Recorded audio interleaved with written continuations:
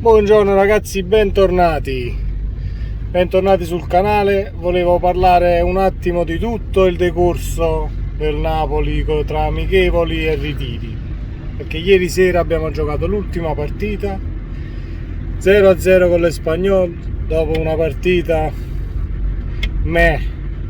di quelle partite che, a parte i calci ripetuti e l'agonismo eccessivo da parte dell'Espanyol, non abbiamo niente da rilevare. Lozano il più pimpante, anche se con i piedi siamo ancora in alto mare. Osimhen si è mangiato un gol il primo tempo, però ci sta. Il problema principale del Napoli è che comunque non giochiamo. Noi tra una settimana dobbiamo giocare col Verona e secondo me il Verona è molto più forte dell'Espanyol, ma di gran lunga. Quindi in 8 giorni Spalletti dovrebbe fare i miracoli per arrivare lunedì compatti e furiosi per vincere contro il Verona. Sarà l'affaticamento muscolare, saranno i carichi di lavoro, ci stanno tanti fattori da dover esaminare, però abbiamo visto un Kim un po' affaticato, un paio di errori di distrazione. Il primo tempo è andato molto bene per intensità e abbiamo creato pure qualche occasione. Meret senza voto il primo tempo perché non è mai stato chiamato in causa.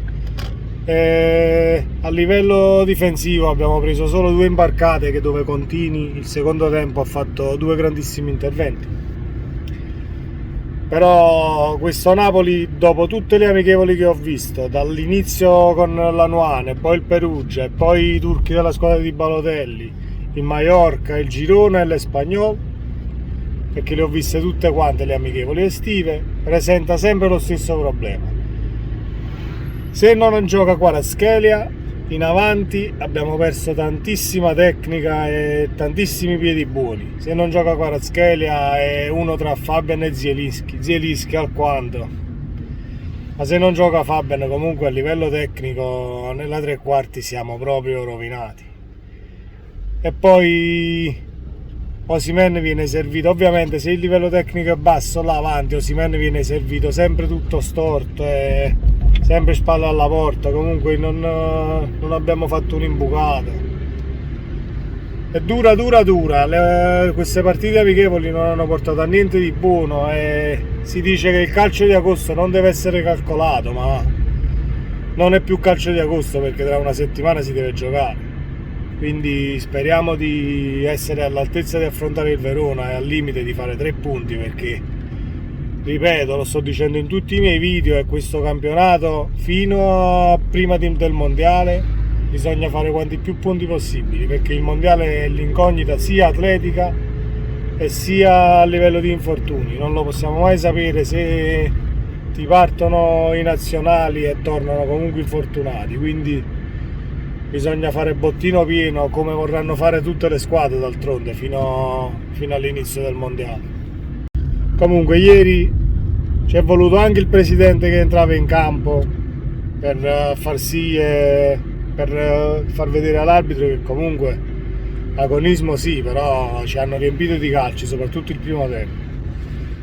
Ovviamente non è un attenuante, non lo deve essere, perché comunque devi andare a giocare tra 8 giorni e il Verona non è che il piedino lo tira indietro, comunque è la prima giornata di Serie A e l'agonismo sarà comunque alto, quindi da questo punto di vista dobbiamo farci trovare comunque pronti.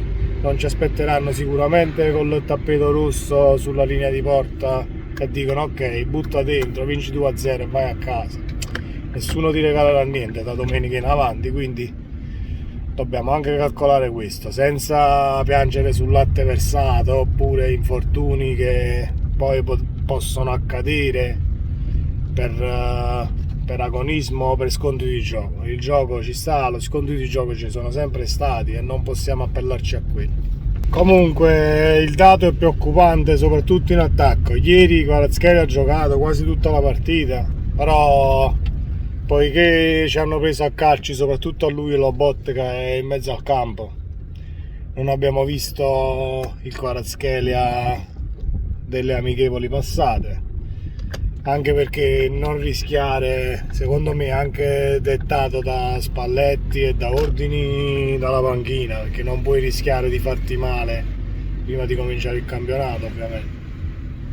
Fatto sta che il dato è preoccupante: se non gioca Kvaratskhelia anche nelle amichevoli passate, purtroppo là avanti creiamo ben poco.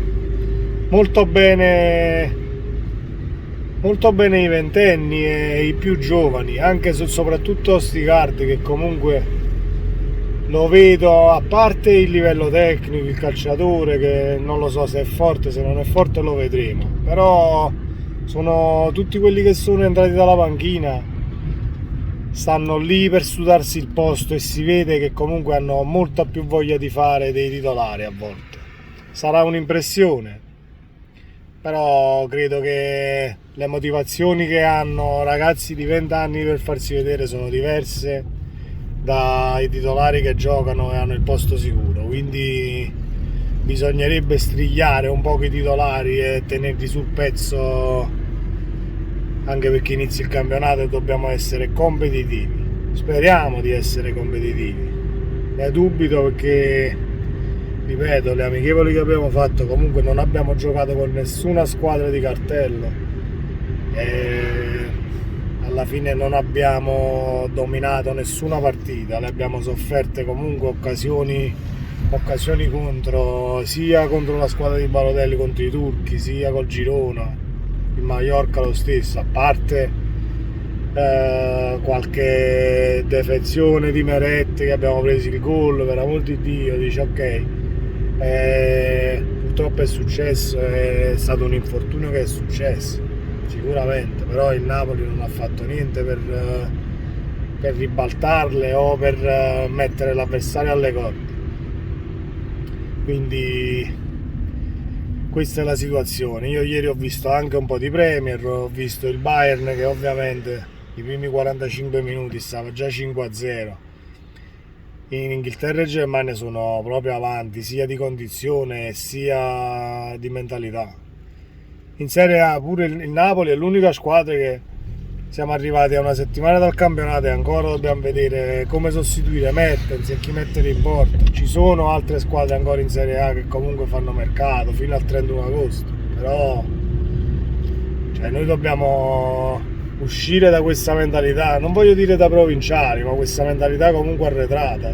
Se una squadra che lotta tra le prime 4-5 posizioni della classifica, come Napoli, Roma, la stessa Lazio, l'Atalanta in questi anni, Juve, Milan ovviamente, per me devi avere la squadra pronta almeno 2 settimane prima che si cominci il campionato. Per squadra pronta intendo i titolari che devono giocare e la panchina per 3/4.